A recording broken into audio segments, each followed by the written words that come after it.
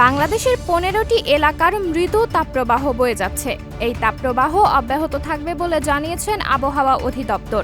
আবহাওয়া অধিদপ্তর জানান, আজ দিনের তাপমাত্রা সারা দেশে সামান্য বৃদ্ধি পেতে পারে এবং অস্বস্তি ভাব বৃদ্ধি পেতে পারে। আগামীকালও দিনের তাপমাত্রা বৃদ্ধি পেতে পারে, তবে পরশু সামান্য হ্রাস পেতে পারে। আজ বৃহস্পতিবার সকাল ৯টা থেকে ৭২ ঘন্টার আবহাওয়ার পূর্বাভাসে এই তথ্য জানানো হয়েছে। পূর্বাভাসে বলা হয়েছে, সিলেট, মাদারীপুর, গোপালগঞ্জ, চট্টগ্রাম, রাঙামাটি, চাঁদপুর, নোয়াখালী, ফেনী, বান্দরবান, খুলনা, মোংলা, সাতক্ষীরা, চুয়াডাঙ্গা, খোপুপাড়া এবং ভোলা জেলার ওপর দিয়ে আজ মৃদু তাপপ্রবাহ বয়ে যাবে এবং তা অব্যাহত থাকতে পারে। বৃষ্টিপাতের পূর্বাভাসে বলা হয়েছে, চট্টগ্রাম ও সিলেট বিভাগের ২-১ জায়গায় অস্থায়ীভাবে দমকা অথবা ঝড়ো হাওয়া সহ বৃষ্টি অথবা বজ্রসহ বৃষ্টি হতে পারে। আর বর্ধিত ৫ দিনে বৃষ্টিপাতের প্রবণতা বৃদ্ধি পেতে পারে। পূর্বাভাসে আরও বলা হয়েছে, দক্ষিণ পশ্চিম বঙ্গোপসাগর ও তৎসংলগ্ন এলাকায় অবস্থানরত লঘুচাপটি আরও ঘনীভূত হতে পারে, যা বর্তমান পশ্চিম মধ্য বঙ্গোপসাগর ও তৎসংলগ্ন দক্ষিণ পশ্চিম বঙ্গোপসাগর এলাকায় অবস্থান করছে।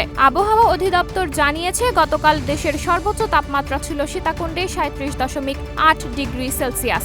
আর গত ২৪ ঘন্টায় দেশের সর্বোচ্চ বৃষ্টিপাত রেকর্ড করা হয়েছে বগুড়ায় ৮০ মিলিমিটার।